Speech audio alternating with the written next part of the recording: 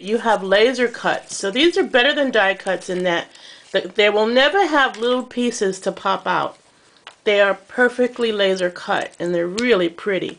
And as such, you can either use this as a background, you know, the whole piece as a background on your scrapbook layout, or you can cut these out, which I have enjoyed doing, which really stretches them.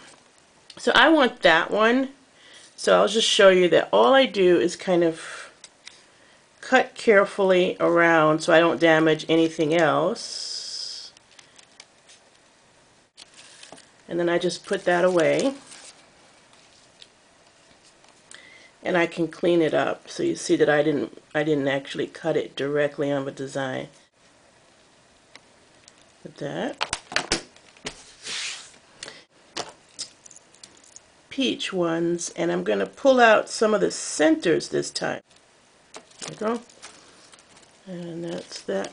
So that piece right there is still going to be used as a border. Alright, I'm just putting that to the side.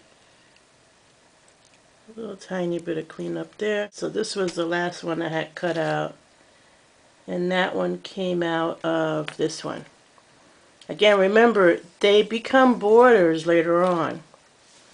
Alright, now in order to give this a little bit of texture, I also took the liberty of die cutting 2 scallop circles.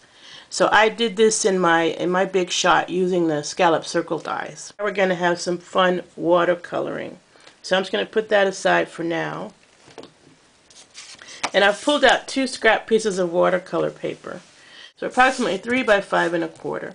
And you can change the size as you wish. I also have a C block, and I'm going to be using Daffodil Delight, Pumpkin Pie,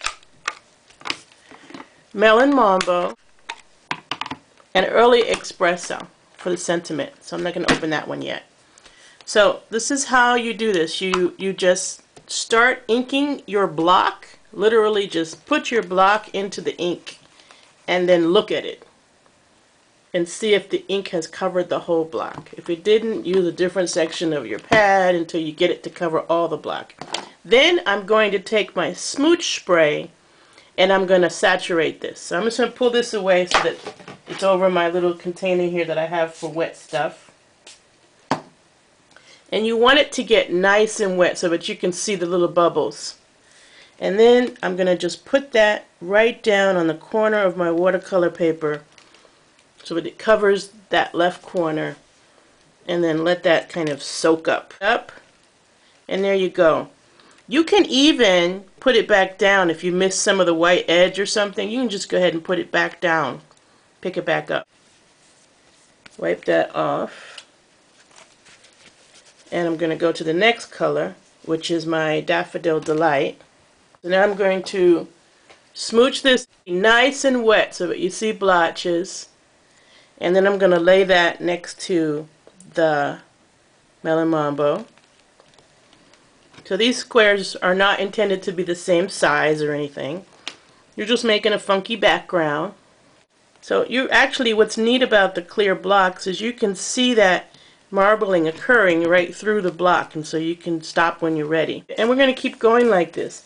And what pattern you make as you go is totally up to you. So you hear me spraying? Nice and wet. And I'm going to put that one under the first square. And so now I have a full square of the Daffodil Delight. I actually like that color a lot. So the pumpkin pie, make sure that the ink has covered the whole block. And you'll be able to see that in person a lot better than you're seeing it on the video. Okay, that one's marbling really nicely. Okay. And then I'm going to do that color again. Now I always wipe, and the reason is because I don't want to put water on my pad. I don't want to put smooch in my ink pad. Okay, spray down.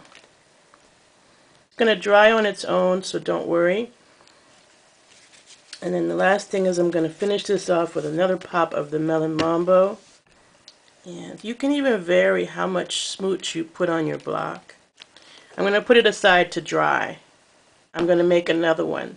So you need to have two, and the reason why is because we're going to do a little bit of punching out of this as well. So I'll be right back. All dry. The last thing I didn't say was at the end I like to smooch the whole thing, and by doing that it blends the edges, and so you don't have any hard edges between the shapes. You'll end up with two. You can pick which one you want to use for your background and which one is going to be used for punching. This is great for making butterflies as well later on. And here's an important thing. Clean your space. So I was using my cutting mat when normally you would use your grid paper because it absorbs the ink better. But I was using the mat so that you could see better. So because of that, there's ink on this mat. So you wouldn't want to start building your card until you've thoroughly cleaned your mat and half piece of paper. And then I've got a small piece of Daffodil Delight that I'm going to use to line the inside of the card. Okay, so you put that down, and there's my inside. Now we're going to put this on top. So I put the red sticky tape on the back, and I'm going to tell you the reason I use red sticky tape is because this is watercolor paper, which is a little heavier than most, and I'm putting it on textured cardstock. So now I don't like that this bottom is bare here, so I can cut this off like I did before, right? Or you can leave it. I think it's fine as a little border on the bottom. We're ready to do our flower, and all I'm going to do here is I'm going to take a glue gun and I'm just going to glue. I'm using a glue gun because of the felt, but you could again use sticky tape here. But I like glue gun for any kind of cloth, right? And then on top of that, I'm going to put the big dolly that I cut out of the paper. Right on top of that. And then on top of that, I'm going to put another piece of felt.